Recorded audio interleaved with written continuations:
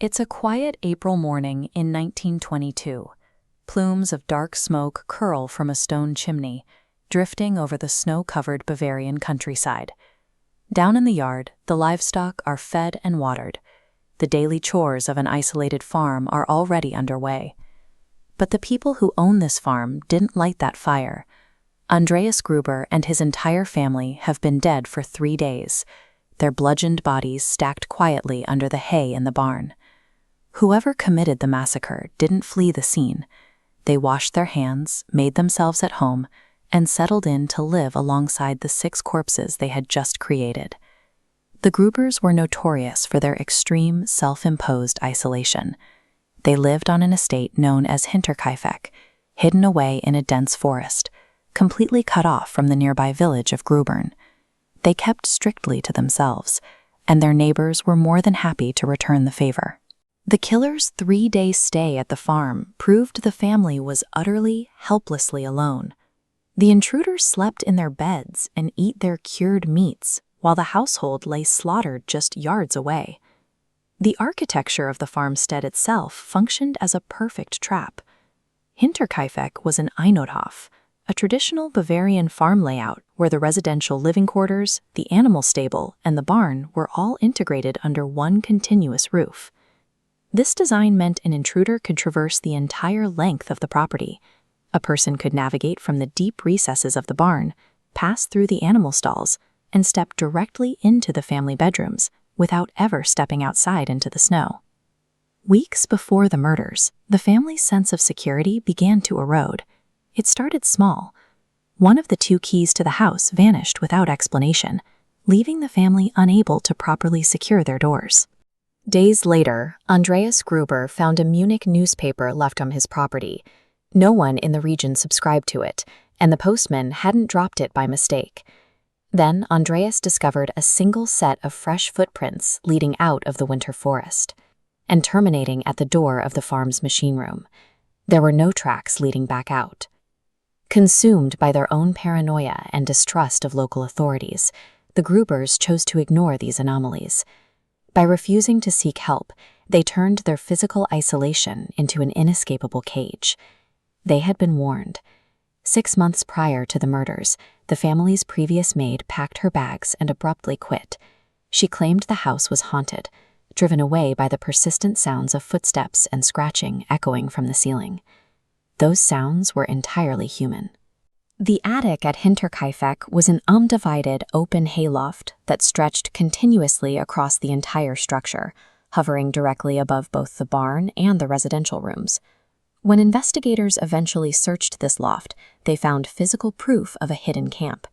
2 roof tiles had been deliberately removed, creating a sniper-like vantage point that offered a clear, unobstructed view of the single forest path leading to the farm.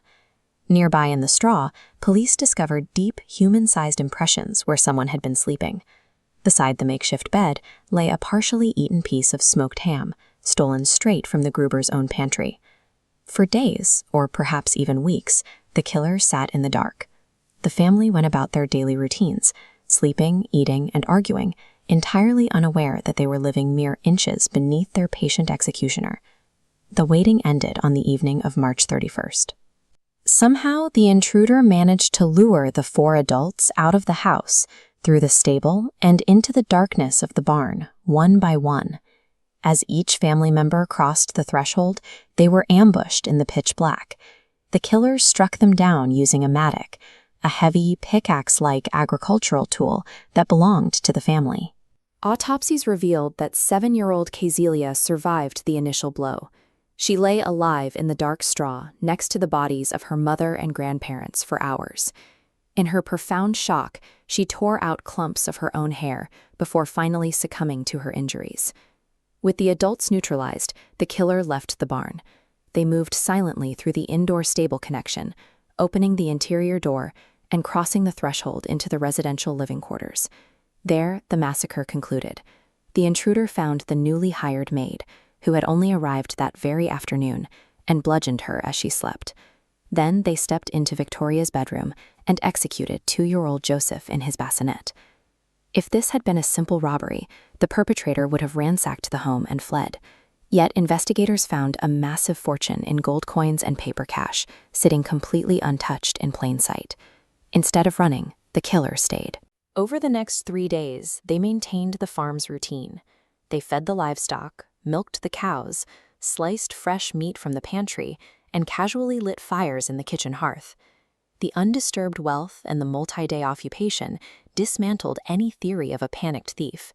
This predator wanted absolute ownership of the space and the complete, methodical erasure of the family that lived there. The sheer strangeness of the crime scene generated over 100 suspects. One persistent theory centered on Lorenz Schlittenbauer, the neighbor who organized the search party. He possessed intimate knowledge of the farm's layout and harbored a fraught romantic history with the widowed Victoria. A more spectral theory pointed to Victoria's deceased husband, Carl Gabriel. He had been reported killed in the trenches of World War I, but his body was never recovered from the battlefield. The chaos of the Great War meant that official death records were frequently wrong. It was not uncommon for traumatized deserters to slip back into the country, returning under assumed identities to settle old scores. More recently, modern criminologists have suggested the involvement of the man from the train, a highly prolific, unidentified serial killer active in the early 20th century, who specifically targeted isolated homes near railway lines. A transient killer could easily use the expansive rail network to strike rural families, hide out in their homes, and vanish on a freight train long before the local police even realized a crime had occurred. But the physical evidence was useless. The crime scene had been severely compromised by neighbors wandering through the house, and the era's forensic analysis was remarkably basic. It became impossible to definitively prove if it was a vengeful local, a ghost from the trenches, or a wandering sadist. Less than a year after the massacre, the local community demolished the Hinterkaifeck farm to erase its dark memory from the landscape. As they tore up the floorboards, they discovered the bloody mattock hidden underneath. In a macabre attempt to find answers, the court physician removed the heads of the 6 victims during the autopsies. The skulls were boxed up and sent to Munich, where authorities hoped to find some metaphysical answer within the bone. They yielded nothing. And in a final, tragic twist, those skulls, the last remaining physical evidence of the Gruber family, were permanently lost in the rubble during the Allied bombings of World War II. The perpetrators simply walked out of the house, stepped into the Bavarian forest, and vanished into history, completely evading justice. The enduring terror of Hinterkaifeck is the ultimate violation of sanctuary. It leaves us to forever wonder if physical isolation truly keeps us safe, or if there is a stranger hiding in your own attic.